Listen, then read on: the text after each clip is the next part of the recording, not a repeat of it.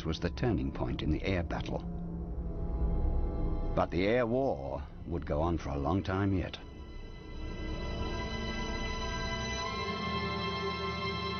Aboard the city of Benares, Bess Cummings and her brother had no idea what had happened that day in the skies over England. But 2 days later, at 10 p.m.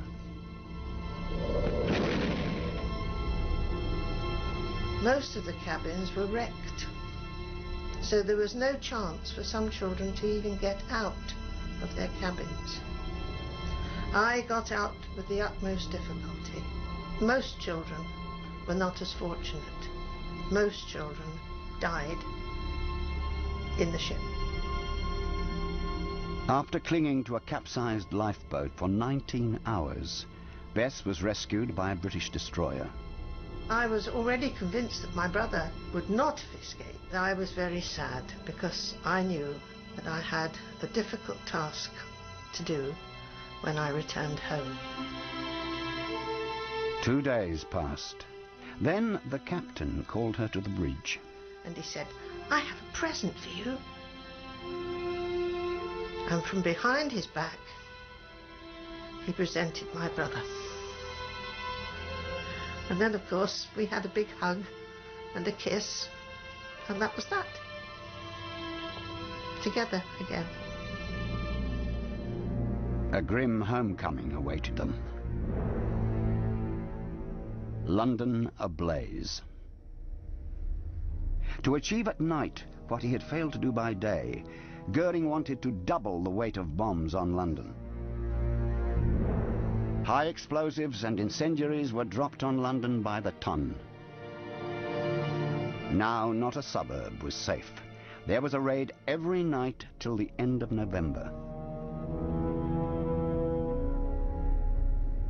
People were killed in streets opposite us, in shelters, everywhere, all around us. It was a terrifying experience. You went to bed with the fear. Were you going to be alive the next day? Were you going to be whole as you are now when you went to bed? You said your prayers and lived in hopes. A shelter. A hole in the back garden with a corrugated iron roof covered in earth. I decided I wasn't going to go in the shelter anymore. I felt much safer with brick walls around me, in fact, I think. Partly. And partly the fact, too, I had a cat who wasn't concerned. Now, I believe animals have an instinct. And as long as that cat was not concerned, I felt quite safe. After the nightly terror, there was at least a breathing spell during the day. Apparent normality, if only for a few hours. Morale building visits from the King and Queen. How did this commitment to normality look from the other side? Wie ich als Kriegsgefangener in einem Auto, wo ich durch das Fenster London beobachten konnte, war ich völlig überrascht. Ich hatte mir das Leben in London im Keller vorgestellt und hätte mir niemals träumen lassen, dass London so normal weiter existiert. But in the late afternoon, all semblance of normality disappeared. The Luftwaffe bombing was punctual.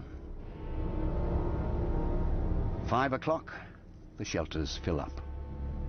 I mean, and people would say, oh, when they said good night, past the thing that, oh, hope to see you tomorrow, you know, if you're alive, sort of thing. Could the air crews imagine the effect their hail of bombs was having so far below? Wenn wir da einen Bombenangriff fliegen, dann wissen die ja unten, dass wir kommen. Also dann werden sie hoffentlich rechtzeitig in den Bunker gehen oder sich sonst schützen. Wenn sie natürlich direkt in dem Objekt waren und womöglich da arbeiten, dann war das eine sehr schlimme Sache. Man stellte sich vor, wie wäre es, wenn die anderen jetzt nach Wiesbaden kämen und würden deine Eltern bomben. Walls aflame. No one could tell which way they would leap next. How did it feel, barely escaping an inferno night after night? I think I was going dead. I think I was gradually, as I say, going like a zombie, just doing what I had to do automatically. But I can't think I had any feelings. The front in the night sky. From mid-November it was extended to other large cities, including Bristol, Cardiff, Liverpool, Sheffield, Belfast and Southampton. The biggest raid outside London came on the 14th of November. 454 bombers took part. In Coventry waren die Ziele ja alle mitten in der Stadt und nachts war immer das Problem der Zielfindung, der Zielerkennung und das Ziel zu treffen. Und das war einfach nicht zu vermeiden, dass da auch links und rechts und vorne und hinten auch Bomben fielen. Coventry. Its bombing was a real test of morale. Forget what you've read in the papers. Forget what you've heard of radio and television. I can tell you now, if someone had come up to me and said, look, we're going to surrender, I'd have said, thank God. Well, if that had applied to the whole of the country, yes, I think we would have said enough is enough. Let's go for peace. Let's surrender. A survivor confided to her diary. I have no words for such disasters. I couldn't wish more terrible suffering on my worst enemy. The death of a city. Nazi propaganda found a new term for it. Coventrieren, to Coventrise, or unlimited destruction from the air. The next day, the largest mass burial ever seen in Britain. There was hardly a family in Coventry that hadn't lost a member.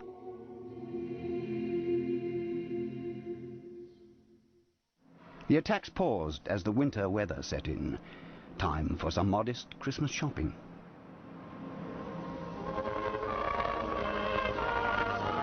Christmas Eve in the Blitz, a rare opportunity to reflect.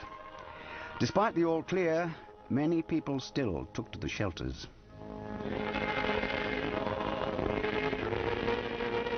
At the end of the year, the Blitz on London resumed.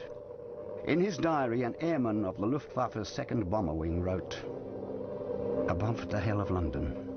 No more single fires, just huge conflagrations, and we're adding our bombs to this inferno. Shocked on this mission, I ask for the first time, why?" The last big raid on London came on the 10th of May 1941, a pointless display of might. On that very day, Hitler's deputy, Rudolf Hess, set out on his solo flight to Scotland, the last mad attempt to persuade the British to make peace with Germany. Flying via Norway and the North Sea, he entered Scottish airspace at 10:15 that evening. His plane was pursued, but not intercepted. Hess was making for the Duke of Hamilton's country seat. He bailed out 20 kilometers short of it and presented a confused peace offer. When Churchill was informed, he wanted nothing to do with Hess's offer and had the troublemaker locked up. Even before he invaded Russia, Hitler called off the air war against Britain. Die Luftschlacht über England rückblickend gesehen und jetzt anders bewertet als damals, wo ich jung und unwissend war die erste, und zwar große Niederlage für Deutschland. What did it mean for England? It meant that England was saved from invasion. The Germans went on to attack what they considered a better target, Russia, and that enabled England, British Isles, to be left available as a landing craft for the Americans. The air war against Britain was a dress rehearsal for the total bombing war to come. There is a direct connection between the London Blitz and the Dresden firestorm.